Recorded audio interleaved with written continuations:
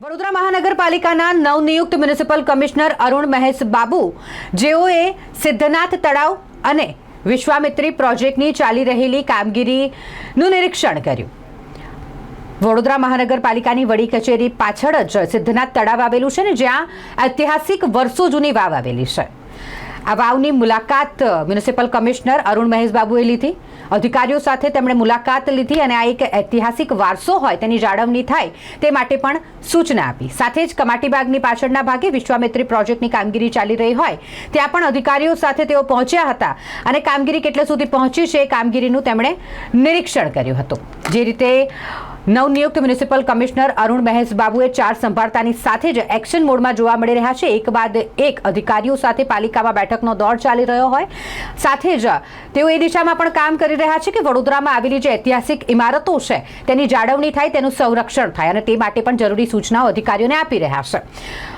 સિદ્ધનાથ તળાવ પાસે ઐતિહાસિક વર્ષો જૂની વાવ આવેલી છે અને ત્યાં પણ સંરક્ષણ અને જાળવણી કરવાની જરૂરિયાત હોય।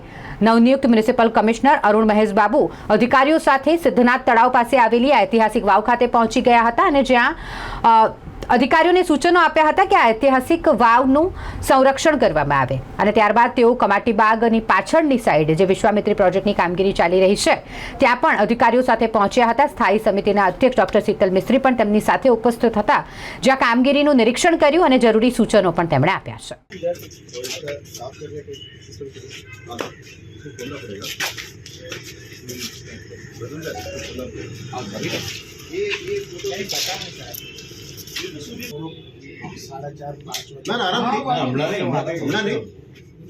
એમની ડેટ સર 80-85 ની આસપાસ હશે।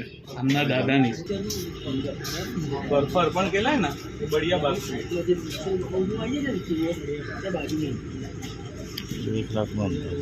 भैया ये અહીંયા ગૌરવ પ્રોટેક્શન ડેટી को क्या रक्षक देव અહીંયા પહેલાથી જ કઈ હતા અને કૂવો છે નજીકમાં અને ઝાડ છે। આ કૂવો છે ને ઓલરેડી 800-900 વર્ષ જૂનો છે।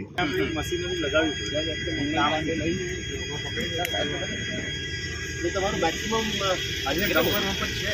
બંધ કરી દેવાનું ચાલે શું કયા પ્રકારે કામગીરી